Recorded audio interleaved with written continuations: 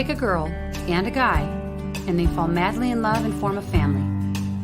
Sprinkle in some counseling degrees and a doctorate, a dream of transforming relationships as we know it.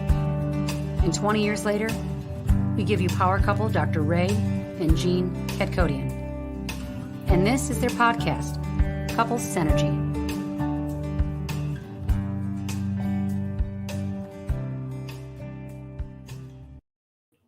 Hello, everybody, and welcome back to another Couples Synergy Connections live webinar. We've been on the summer schedule, so we haven't seen you in a little while, but Dr. Ray and Jean are so happy to talk with you tonight. So the topic tonight is finding the lesson through struggle. So all I want you to do is make sure you're in a comfortable space. Try to turn off all those other distractions, the TV on in the background or your phone. Make sure you're comfortable and just get ready to discuss with us. Tonight's Live Connections webinar will be a little shorter, about 30 minutes. And we're hopeful that you participate with us and share it with anyone who you think might find it helpful. So without further ado, here is Dr. Ray and Jean. Hello, everybody. Hello. Hello, Couple Synergy. Is your shirt Is my shirt shimmering? I think because you're striped. It's kind of strange looking. Does it look right? like that on your end, Ange? Well, yeah, it's moving a bit. Yeah. I'm like, whoa, that's wild. Look at that. Well, Goes with our topic. yeah, it goes totally with our topic today, right? Dealing with adversity and finding the lesson in it. Yes. Hey, Carrie, thanks for joining us today. We can't wait for this episode either. There's so much pain in the world. I have not met anyone who hasn't gone through something. Whether it's something that happens to you or something that you create your own struggle, whatever it is, no one is free from pain. No. In fact, we're designed to grow. We're not designed to be happy. So, when we're talking about balance, when we're balanced, we're happy and we're stable, but we're also stagnant. Mm-hmm. And when we get out of balance, we go into chaos. And chaos is painful for us because it is uncertain. And when we're in uncertainty, it's scary. Chaos is the fertilizer for something new to grow from. And how many of you out there are going through a really challenging time right now, whether it be in your relationship, your work, your finances, kids, whatever? We're going through a really upheaval, challenging and upheaval time right now in our lives. So we usually find that, when we are kind of feeling that way too, that kind of resonates with a lot of other people that might be going through it too. But yes, how do you find that lesson in the adversity, in the challenge, in the difficult time? The first thing that's going to happen is there's going to be something that falls apart. Yeah. And Wayne Dyer would always say, every spiritual growth begins with a fall. If you wanted to jump up on a table, you're going to crouch down first before you can jump up. And so that's what happens to us. Something comes towards us and there's a change. And that change is usually experienced as a loss. And when we feel that, we go into maybe panic, sadness, freeze mode, bracing yourself for the impact, shock. Yeah. And all of that is our body's way of saying, you know what, pay attention to everything right now because everything is different. And if you allow yourself to stay in that shock, you're going to shut down your prefrontal cortex, which is where your logic, reason, and problem solving is. And you're going to go hang out in your hindbrain and your mammalian brain in the limbic system, fight, flight, or freeze, and get stuck. And the way that we have to get moving is we have to go through grief. We have to allow those first few emotions to come up and come out. And sometimes you might want to cry, Yeah. or yell. And Well, part of that grief is also surrender. And, you know, a lot of people have a visceral reaction to that word surrender because it feels like you're giving up, right? And you're not necessarily giving up or becoming a victim in whatever difficulty you're going through. You're actually surrendering to the outcome. You're surrendering and letting go and trying to control that outcome. And that is the most difficult thing to do when you are going through a very challenging time. Whether it's something that you've initiated, whether it's something that someone else or life has initiated, we're all going to go through it, and, you know, many times in our life. so if you think about the word victim, the victim is actually an archetypal energy. And archetypal energies aren't good or bad. They are neutral, but you can use them either in a positive way or a negative way. And so when you are in the position of victim, that means something's happened to you that is not your fault. You have a choice. You can't control what happens to you, but you can control how you respond to that. You know, so if you think about this, if you're driving down the street and you're texting and your car goes up on the sidewalk and you run someone over and you break their leg, 100% your fault. But if the person with the broken leg says, you wear the cast and you go to physical therapy, it's not my fault, my leg is broken, why should I have to deal with this? And even if that person who completely is 100% their fault did that for them, sat in a cast and went to physical therapy, that's not going to change their life or heal them. And so there has to be a purpose and a meaning and a point to the things that can come around and break us. Mm-hmm. Yeah. You know, I find it very sour taste in my mouth when I have to ask myself the question, what is it that I'm supposed to learn from this? You know, so this really, you know, you just want to cry out in anger and frustration, and, you know, you're just looking around in desperation for whatever is going on to change. And that question, it makes you take a step back. It makes you really look at what you're going through and really start to understand, you know, the purpose and meaning of it. Because life isn't meant to go perfectly. It just isn't. You know, if every time we went out on the golf course and you hit a hole in one every single time, how long are you going to play the game? You're going to stop playing because it's just going to be too boring. And so life is designed for us to go through these really hard times, and, you know, that dark night, you know, and to go through that so that we can see the dawn on the other end and learn from it and really take away the message that is supposed to impact our life and change us and move us in a direction, not keep us stuck, but keep moving us in the direction that we need to go. Yeah, the way to change something is really by, you have to sit in it, and you have to sit in it so you can shift your frequency. Confucius said that the consciousness level that creates the problem is not the consciousness level that can solve the problem. And if you've ever had that experience, if something's really bothering you, just sort of ask yourself that question before you go to sleep at night. You know, what can I do in reaction to this? What do I need to learn? What kind of help do I need?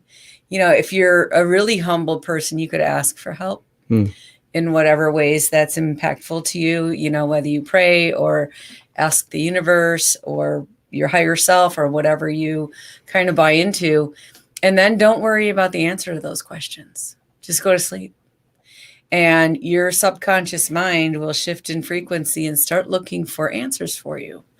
And then when you wake up in the morning, really pay attention, because you will have an idea. And if you start acting on those ideas, you get more of them. And so I'd love to tell you that you could go through the change, the shock, the fear, the grief, the question asking, and the resolution in a short period of time. Yeah, 1 hour. That'll be it, right? That's all you need. And it usually is quite a bit. And when you get out on the other side and you're good, you're like, okay, but when you're in it, it sucks. Yeah, Really it sucks. It sucks going through it just as an individual. And, for those couples out there, I see Carrie, you're watching with your guy. Awesome. That's awesome.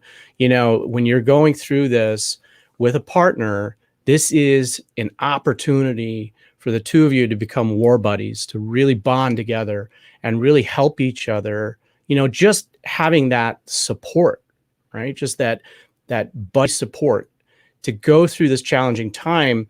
It is something that bonds you even more on the other end when you guys get through it. And, it's really unfortunate for those couples that don't work on their relationship. They don't build that strong enough foundation so that when they go through the challenging times, it becomes that opportunity for bonding. Because if they don't have that solid foundation, what happens is that they go through the challenging time and it actually separates them, right? And they become almost adversaries and they start blaming each other for the challenge that they're going through. And, that can really, divide a couple even more. It could lead to the late night fight. It could lead to the late night fight, which we've done. Hey, Sandy, thanks for joining us. So, it's important to keep in mind that your frustration and your fear will probably make you behave badly toward the person in your life who is the safest one you can act like that with, which is your partner. Mm-hmm. And in fact, that's the first thing you do is blame your partner when you're going through something difficult. And if you can get back in your body, or if you're the partner and you're noticing this happening and you're in a more calm space, it's really important at that moment to say some things like, I'm not the one who hurt you. And I want to get through this with you. And like you said, it can be a great time of bonding or a great time of tearing apart. Yeah. Yeah. And so it's, the same concept as war buddies. When you go through something really difficult together, you share something that you get through on the other side, and you really find out what you're made of when you're in that dark place. So, we talked about on our first podcast about some things that you can do to change your relationship right now. And it was to have a new and thrilling experience. Well, these are new, and I suppose thrilling is one way to. Yes, the difficult times are actually new experiences, right? They're not maybe the new experiences you would choose to have, but nevertheless, they are new experiences. And we've talked about new experiences before in other podcasts, and we use the example of going to a restaurant that you've never been to before. And even if the restaurant experience was a terrible experience, it still is a new experience. It's something that the two of you sharing, and you can always talk about it later on. And remember that waiter that we had at that one restaurant, and you guys are bonded over it, and you feel connected because you guys have this shared memory of something new that the two of you have experienced. And so even this challenging time, even these challenging experiences you might be going through is, again, that opportunity to bond even closer. And you know what? New and thrilling. Maybe a good example is like going on a giant roller coaster together. Yeah. Not everybody loves roller coasters, right? No, there can be you don't like them. There can be times of fear. So maybe that's the example for the struggling new experiences, the unexpected ones. Right. Yes. And sometimes it's more of a struggle for one partner than the other, especially in roller coasters. That's where the support that you're talking about is super helpful. Absolutely right. Sometimes, you're the one leaning on, and sometimes you're the one being leaned on, and that's okay. That's how, partnership is supposed to work, and those challenging times, as I said, are very difficult for an individual person to go through, but it can feel better when you have your partner, going through the trenches with you. So where does physical touch come into play when your partner is, let's say, not doing well? Well, it shouldn't look like this. Okay. I think that's physical abuse. A lot of times you'll see in really dramatic movies, there is something that happens where maybe the police officer comes to the door to tell, this woman that her child has passed away. And you see that person just collapse. The mother collapses and the other person grabs them. And the person collapsing is like pounding and upset. And that containment, that hold is really soothing and comforting, even if it's like hugging a cactus, which it'll feel like sometimes if someone's in enough pain. Sometimes you need a little bit of distance. So you want to make sure how your partner's, what their style is like, and that's going to be determined pretty much by how they were raised and what physical affection was like, because when you're in that place, you're in your hindbrain. And if you guys want more information on this stuff, we just completed the home study course. Mm-hmm. The home study course, we documented how a relationship goes from the very beginning to how you merge as a couple. And these difficult times are cement. And what we mean by that, and we explain it more in the home study course, is when you are having this event, the neurons in your brain are different and they're starting to fire. And they're starting to wire together. And so is your partners at exactly the same time. And so your brains are becoming in sync, which is the second part of merging as a couple. The first one's physical. We all appreciate the first 9 months to 2 years of a relationship. It's a lot of fun. It's wonderful. It's beautiful. Yeah. There's so much energy and passion and excitement, but that's not really the hard work of a relationship. No, once you set up shop, and now you have to connect here. Can I count on this person? Do they say what they mean? Are they there for me when times get tough? If I drop the ball, will they pick it up? All of those things take a very long period of time for your brains to go, this is my person. I'm safe. I can count on them. Right. And so these difficult times prove that. It doesn't happen during the good times. The good times are easy. Yeah. And it's easy to understand that concept too of, asking about what is it that I'm supposed to learn when going through the difficult times. That's easy to understand when things are going well, but putting that in practice, is the difference between reading about the game of football and actually being in the game and playing yourself. This is where all of that work that you do when things are going well actually comes to practice, right? That building that foundation and connecting and bonding and spending that time with your partner, understanding each other, learning to be considerate of each other. All of that stuff is foundational for those difficult times, right? And then you're able to actually take a step back and ask, what is it that I'm supposed to learn from this? And then together as a couple, you both are able to ask, what are we supposed to learn from this? And how can we both grow from this together? Yeah, I was just thinking about a football game that we saw once, and it was down at College Station, Texas A&M, where our son went to school, graduated.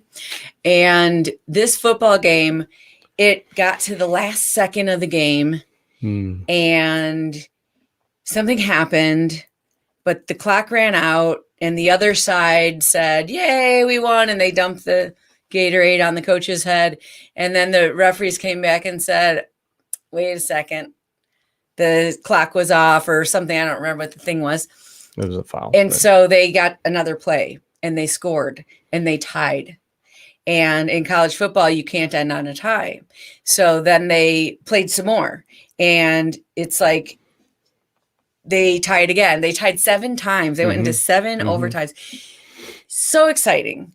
And that's the end result. That's why you tell those stories, because you're sitting there watching and you're like, oh, what's going to happen? What's going to happen? And if you're in there and you're pushing and you're finding out what you're made of and you're trying things that you don't know if they're going to work. And then if something works, it's like, woohoo! It's just as exciting as it was scary and painful. Yeah. And so tonight, right before this, I went out in our backyard and the sun was a big pink ball, which I've never seen the sun like that before. Yeah, it was like almost red. Yeah. And I've like, Ray, come out here. And we just took a moment and looked at this weird thing happening in the sky. And, whenever you get those signs, for me, at least, they always give me hope. Like, keep going. Something's there. You never really know if that means you should stop or go. You don't know exactly what the signs mean. And sometimes the lesson in it is to just wait, is to just sit in it and experience what you're supposed to experience, even if it's painful, even if, it's like, I don't like this feeling. I feel, smothered, or I feel attacked. I feel whatever that is. Maybe that is what you're supposed to experience, because from that grows that change, right? From that comes the lesson of what it is that's going to make you get to that next level. And I've never heard a story about someone who is really successful, that hasn't gone through difficult times in their life and challenging times in their life, where they felt like they couldn't go on, or they didn't know what was going to happen next, right? And they were destitute, or lost all their money, whatever that is, the challenge they went through. I have never, ever heard a story of someone who's successful who hasn't done that. And so that is really the lesson for all of us, is that we have to go through these things. And we have to learn from it. And if we don't learn from it, we're destined to repeat it. We're all going to come to a place of rest at some point where we can no longer do anything because we passed away. That's the final rest. The final rest. Yeah, the final rest. And in between now and then, I would like to quote a little part of our wedding song. Oh.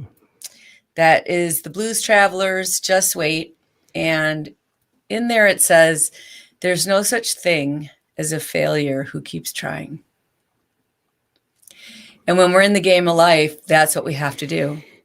We can sit back. We can try to control our lives.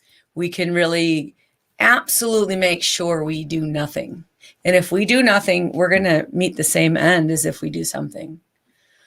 But, we heard someone say, actually on the podcast that just went out, or did that go out yet? It hasn't gone out yet. It hasn't gone out yet. Nick and Michelle. Oh, and, Nick said, stay tuned. I really don't want to get to the end of my life and not have been tested. And those are really powerful words, because it's so hard to embrace that. So hard to embrace the testing, hard to embrace the change, hard to embrace the struggle. I just want to say, Myra, awesome. I'm glad that we were able to, get this word out to you right at the perfect time, right? Yeah. And that's why we're talking about it. And, it's funny because we were talking yesterday. What are we going to talk about? We're like, I don't know. Right. Well, we found out. Yeah. We were talking to you, Ange, earlier. We were like, what are we talking about? Well, the struggle came. And because of the struggle, we've got what we're talking about. And, this really, I just kind of want to say, one of the things that we always talk about is that, we don't just teach what we say, right? We actually live it. And so a lot of the topics that we come up with and we talk about are because of our own personal experience with it.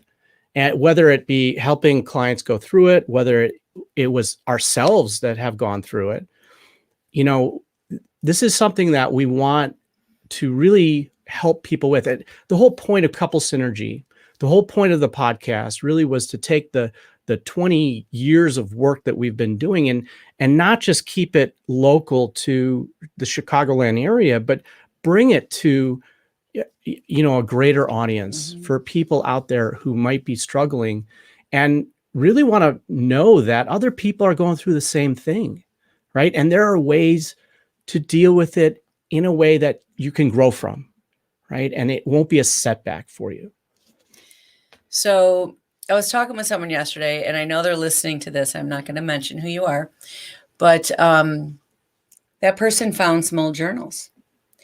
And one of the things that they said is, I can't believe the things I was upset about that are so meaningless back then. And the other thing was, look how far I've come.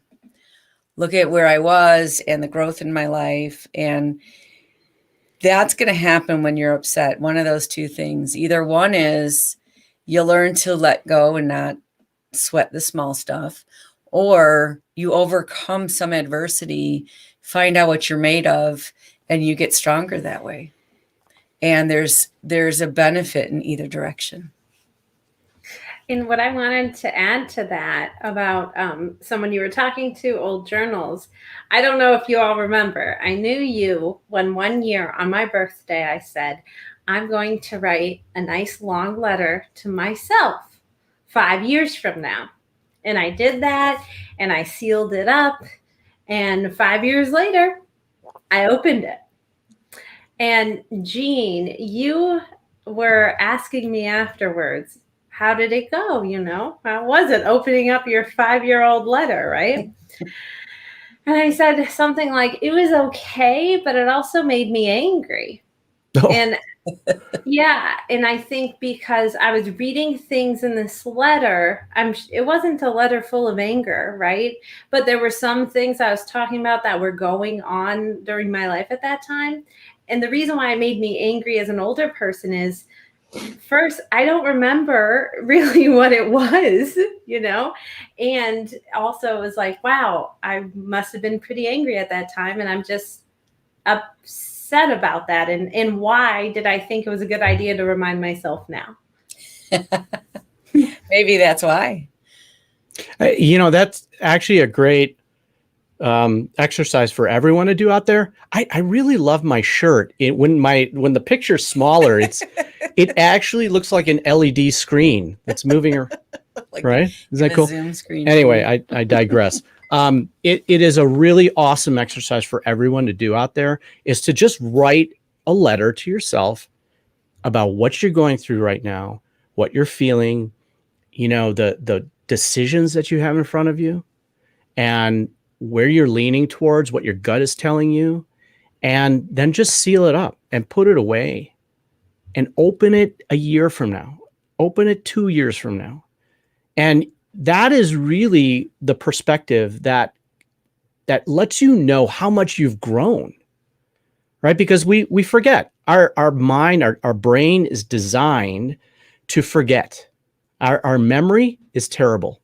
Just so you know, we have maybe 50% retention of our memory. The rest of it fills in the gaps.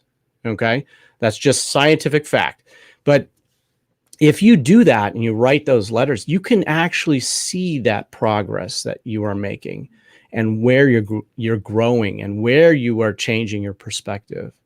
Right. And that's very important too, is when you're going through struggles, to be able to, kind of almost soothe yourself and let yourself know, you know what, I've been through tough times before, and I was able to be resilient. I was able to grow from it, and look at where I'm at now. Right? There's a saying that says, when you're going through a difficult time, don't ask God for a lighter load, ask for a stronger back. Right? And that's just the thing, is when we go through those difficult times, it's because we are prepared at that point in time to deal with it. I think too, the definition of health that we like to do is not about absence of disease or, something like that, but it's how quickly can you recover from stress? Mm-hmm. And there's no good books that start out like, I was really angry and this crappy thing happened. And then another crappy thing and another crappy thing and another crappy thing and another crappy thing. The end. And there's no books that go, I woke up, it's a lovely day. And tomorrow I woke up again, it's a lovely day. The end. Yeah. There has to be that's boring. The story in the middle. And, when you're reading a book and you're in the middle of that, you can't even stop reading because it stays with you until you figure out how it gets resolved. Mm-hmm. Mm-hmm. And we don't like that. We don't like to sit in the place where we don't know the resolution or the outcome. Mm-hmm. In fact, a lot of people, they just kind of put the blinders on and, look down and not address it because it is too painful. It's very uncomfortable to sit in it. Right. And no judgment on people who do that. Right. Because it is a natural tendency to not want to face that challenge or that difficulty. It's like, I'll do it tomorrow, or I'll do it the next day. Let's just keep doing what we're doing. And we've met many people throughout the years that do that, and that's okay. With every choice that we make, we have consequences, good and bad. And if you just want to just kind of not look at it, put it on a shelf, well, the consequence is that it's going to sit there. It's not going anywhere. And collect debt. It grows. It grows over time. And the consequence of actually addressing it is you have to open your eyes, and you have to push forward, and you have to go through that difficulty, no matter how painful it is. But there is always the other side, and getting out on the other side. I remember fairly young in life, I think I was in high school, and I had this thought. I was upset about something, and I was sort of thinking about, when do you stop being upset? And I figured out I stopped being upset because something else came along and distracted me and gave me focus to think about. And then I thought, well, how long are you going to be upset for? Well, you could be upset for 7 days or 7 hours or 7 minutes. Like, you could change that. And if you know me, I'm pretty quick to come back when I'm upset about something. And it was really that idea that without doing anything, which is a great Vipassana concept, right? Anicca, that you'll find your equilibrium even if you change nothing. And that's usually what happens. Whatever's bothering us, it stops bothering us because either something else starts to bother us, or we get distracted. And this is why having other people in your life is so important. Because when we get stuck in our own heads, that's a dangerous place to be when we're upset. Very dangerous. And we start distorting everything and thinking badly. And we really need other people to kind of talk us off the ledge and calm us down. And, you talked about that touch. And, here's a great way to touch when your partner is upset. And just, you do that, and it gives a lot of support. This is the way we hold our babies, right? We hold them in those places, and we soothe them. We can shh them, and that's still soothing to us, even when we're older. Hey, Carrie, that's an awesome comment. Right? Sitting is needed, but at some point the fog has to lift, and you have to act. You're absolutely right. Right? We've used the analogy of a standing water or a bubbling brook. Which one are you going to drink from? And everyone knows. Hopefully everyone knows that you drink from the bubbling brook because it is self-filtering. It cleans itself, and that is a cleaner water than standing water. And, when we are moving, because we're designed to do that, we're designed to move, we're designed to grow, we're designed to improve ourselves, then that is when we're truly living. But when we stay stagnant, right, that's where sickness, illness, that's where that really breeds, right? And when I'm talking about staying there, it's a choice, and with that choice comes consequences. And one of those consequences is that staying stagnant makes you sick. Yep. So let's do a meditation on this. Meditating is how we shift our frequency. And when we meditate, we become an observer of ourselves. And when we observe ourselves, we have to change. Whether we get better or worse remains to be seen. I just want to put a caveat here because, for those of you who are joining us, for the first time when we do meditation at the end of these, webcasts, meditation, you're not designed to be still. I mean, maybe your body is, but not in your mind. All right. A lot of people think that you have to calm your mind, you have to relax your mind and be quiet on the inside. And that is far from the truth. You cannot do that. There's no possible way you could quiet your mind. Your mind's not designed to do that. So when Gene's saying that you have to become an observer of yourself, that is the goal of meditation, right? Is to actually observe your mind moving. going from one thought to the other and not having a judgment about that thought, because your mind is going to go to the past, and then it's going to go to the future, and then it's going back to the past again, to the present, and it's designed to jump around like that. And as you become an observer of that, you start to understand why your mind is doing that and what you're supposed to learn from that, right? And during meditation, you stretch out the process of what you're thinking and the chemicals it's dumping into your body and how your heart rate is reacting. And as you consciously slow your breathing down, you reactivate the prefrontal cortex, which allows you to focus your thoughts better. So they're still moving, they're still going somewhere, but now we can take them on a journey that is going to be movement as opposed to circular when you're upset. Mm-hmm. At least mine are circular. I don't know. If I'm upset about something, it just goes ding, ding, ding, ding. Maybe it goes like that. I switch roles or something. Yeah. But it, through meditation, then you can actually get to another place. Mm-hmm. So before we go into meditation, for those of you who are going to join us, because we see the numbers drop sometimes. Anyway, That's the best part. So, we did, as Jean mentioned, we launched the home study course for couples called Relationship 101. We'll be putting the link out for that. There it goes. Just like awesome, that. Man. All right. So, the link will be going out for that. And check that out. This is really foundational for couples. It's about 8 modules.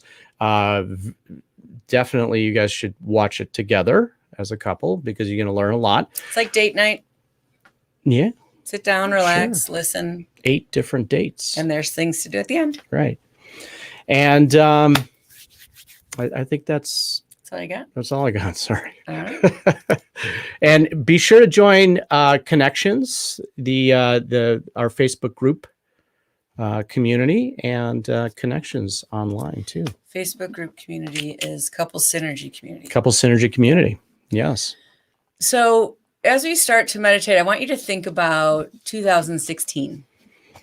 That's 5 years ago. Mm. And I want you to think about what you were doing in your life in 2016.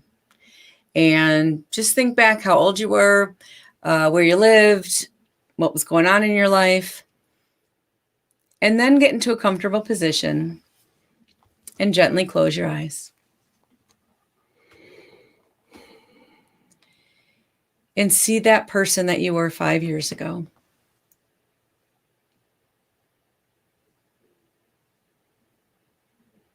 And try and remember what was going on.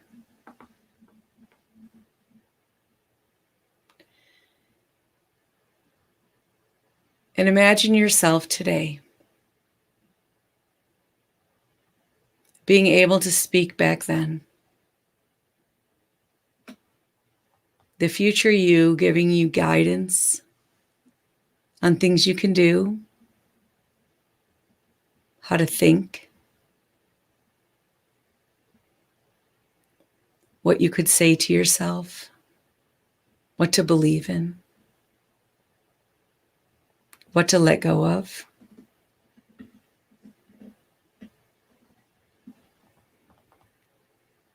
And if you're lucky, you might even be able to say, you made it through. Everything's going to be okay.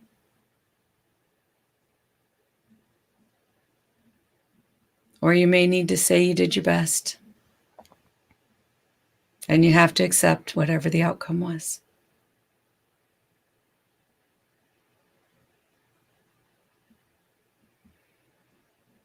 And allow that part of you from 5 years ago to tell your present self what they went through, how it felt. And give yourself validation for going through those difficult parts on your journey.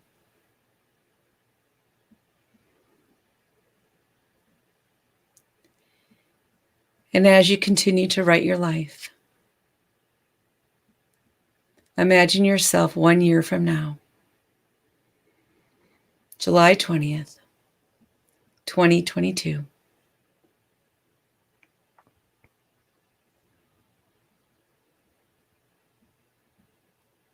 And see in your mind the way you resolve the issues of today. Imagine what happened, what you learned, the risks you took, the changes you made,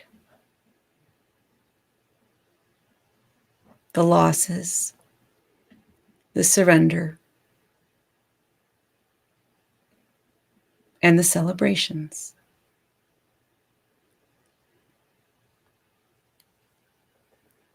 And I'll be quiet for a moment as your future self talks to your present self with any words of wisdom that might be helpful for you to hear right now in this moment.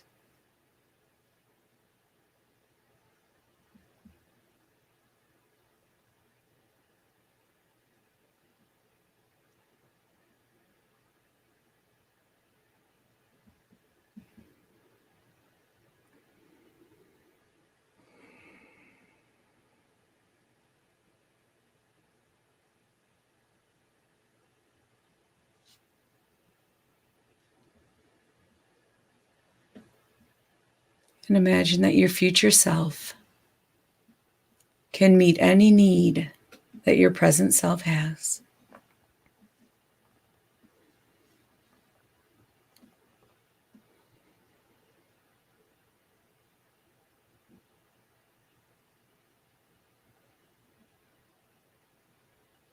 And be willing to give. And be willing to receive.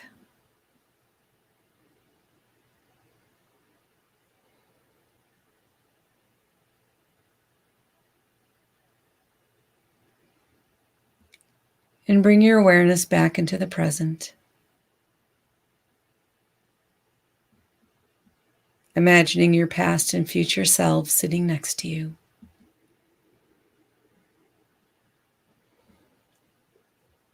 And consciously choose to open up. Open your mind. Open your heart. And open your hands to the unknown,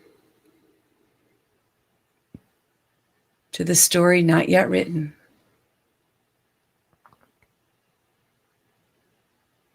and be willing to take that next step forward, staying open to receive any wisdom, solutions,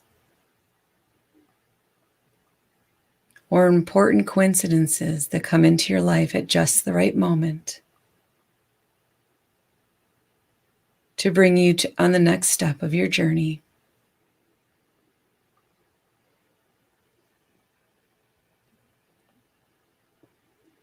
Imagine yourself remaining calm as you step into the unknown.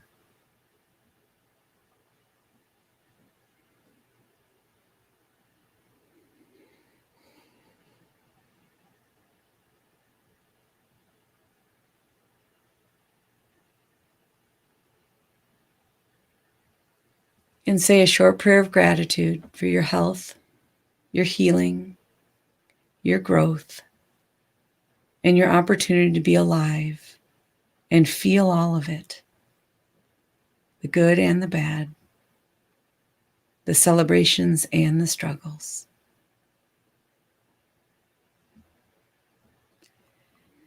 And take a really deep breath and exhale out as much of the stress as you can. When you feel centered and balanced, gently open your eyes.